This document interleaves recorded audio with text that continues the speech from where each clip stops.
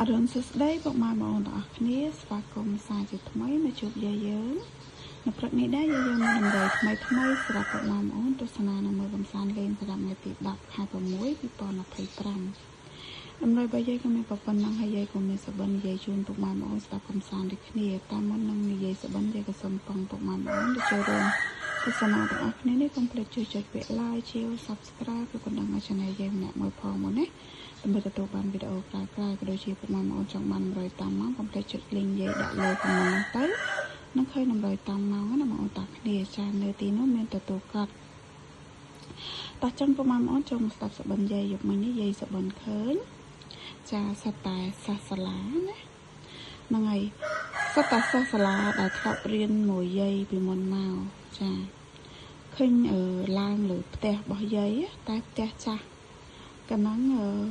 ផ្ទះយាយឈើលើថ្មក្រោមហ្នឹងហើយថាឃើញឡើងទៅញ៉ាំអីជុំគ្នាតែពាក់អាវសិស្សសាលាទាំងអស់ហ្នឹងហើយឃើញពាក់អាវសិស្សសាលាទាំងស្រីទាំងប្រុសណាហើយយាយ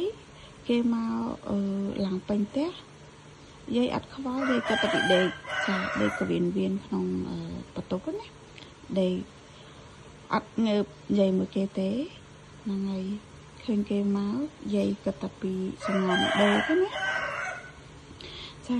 ចឹងយាយក៏កាត់យក48 49 18 19 89 489 819 618អូស40និងអូស10ចឹងពុកម៉ែបងអូនចេះកាត់លេខអីក៏យកតាមនោះទៅណាចាហើយក៏ជូនពរហេងសំណាងល្អទាំងអស់គ្នាចឹងវីដេអូយាយក៏មានតែប៉ុណ្្នឹងទេជួបគ្នានៅវីដេអូក្រោយបាយ